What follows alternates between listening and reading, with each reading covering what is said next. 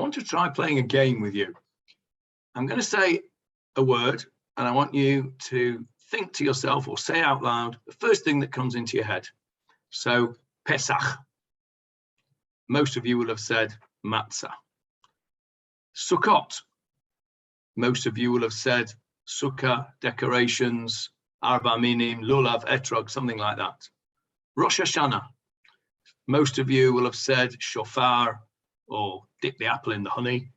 Yom Kippur. Most of you will have said fasting, tefillah, maybe kol nidre, something like that. What about Shavuot? What's the first thing that comes into your head? Most of you will probably say either cheesecake or the giving of the Torah. Now, there's a dissonance there between Shavuot and all the rest, because all the rest of those connections, if you like, have their roots in the Torah itself. Pesach, of course, matzah is a mitzvah min Torah. Sukkot, the sukkah and the arba minim are mitzvot from the Torah. Rosh Hashanah, shofar is a mitzvah from the Torah. Yom Kippur, fasting is a mitzvah from the Torah. But Shavuot, cheesecake, is not a mitzvah from the Torah, and neither is the giving of the Torah anywhere connected to Shavuot in the Torah itself. If you look carefully at what Shavuot is, it is the end of Pesach. It's called Techelet, which means a stopover. Like Shmini Atzeret is the stopover after Sukkot. Shavuot is the stopover after Pesach. Pesach, and the second day of Pesach, we celebrate the bringing of the Omer offering, which was the first barley harvest. And on Shavuot, we celebrate the bringing of the first wheat harvest. And the only mitzvah of Shavuot in the Torah is the Korban Shtei Halechem, the offering of the two fresh loaves in the newly harvested wheat that is brought to the Bet HaMikdash. And in addition, it is the time of, it's called Chag HaBikurim. It's the time when the first fruits can be brought to the Bet HaMikdash, and we thank HaKadosh Baruch Hu for our bounty in having our first fruits and our harvest of the wheat. Now, there is nothing mentioned at all of Matan Torah, and in fact, there is a machloket as to whether Matan Torah actually took place on Shavuot or the day after Shavuot. So how come we have got hung up, if you like, on the idea of Matan Torah, Zman Matan Toratenu? That's what we say when we say our Amidah. And in Birkat Hamazon, we call Shavuot the time of the giving of our Torah. Nothing to do with it according to the Torah. According to the Torah, it's the time of the Shtei Halechem, that's all. So what happened? And this is the genius of our rabbis. Because when the Bet HaMikdash was destroyed 2,000 years ago, the focus moved away from the Bet HaMikdash to the home, to the community, because the Bet HaMikdash didn't exist, and so there was nothing to make it the focus, of course. So when it came to Pesach, we could still do, as it were, Pesach. We couldn't do the Korban Pesach, but we could still do Matzah, Maror. We had Leila Seder. When it came to Sukkot, okay, we couldn't do the Simchat Beit HaShoeva, but we could do the Sukkah, we could do Arba Minim, which we do and carry on doing.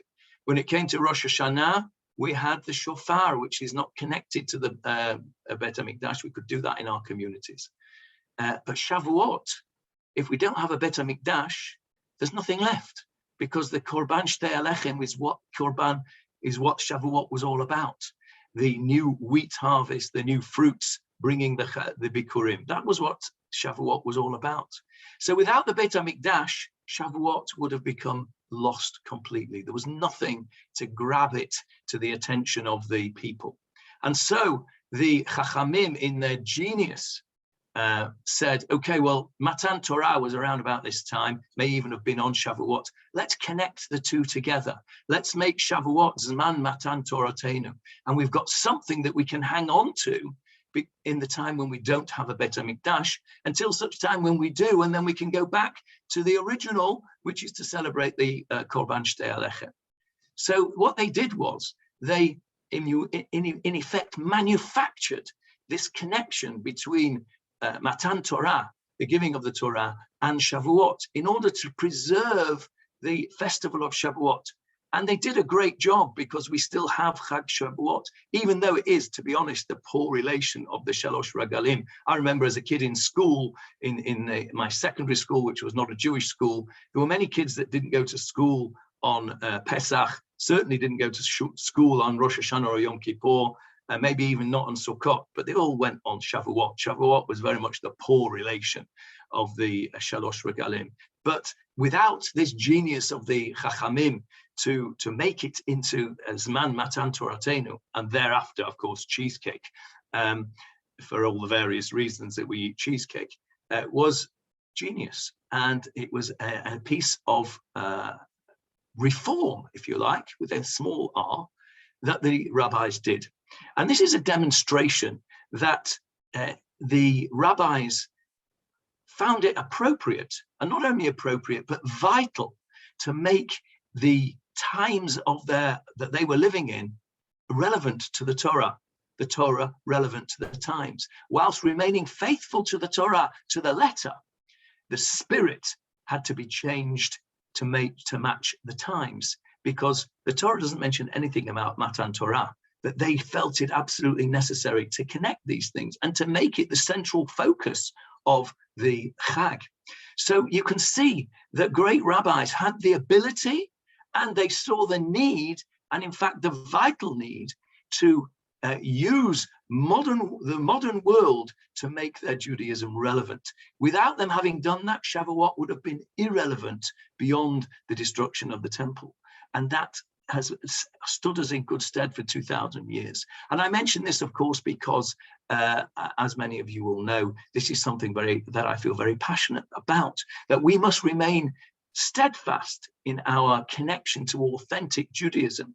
But at the same time, we must bring our Judaism into the modern world, suffuse the two together, and make it as relevant as possible, whilst remaining completely faithful to the Torah. And that's what the rabbis have done in the past, and that's what we need to do in the future. Chas v'chalila, I'm not suggesting that I am in the level of the Chachamim to be able to do that. Somebody needs to do it. But what we need to recognize is that this is a valid, authentic way of connecting ourselves, our Judaism, and the modern world. And with that, I wish you a Shabbat Shalom and a Chag Sameach.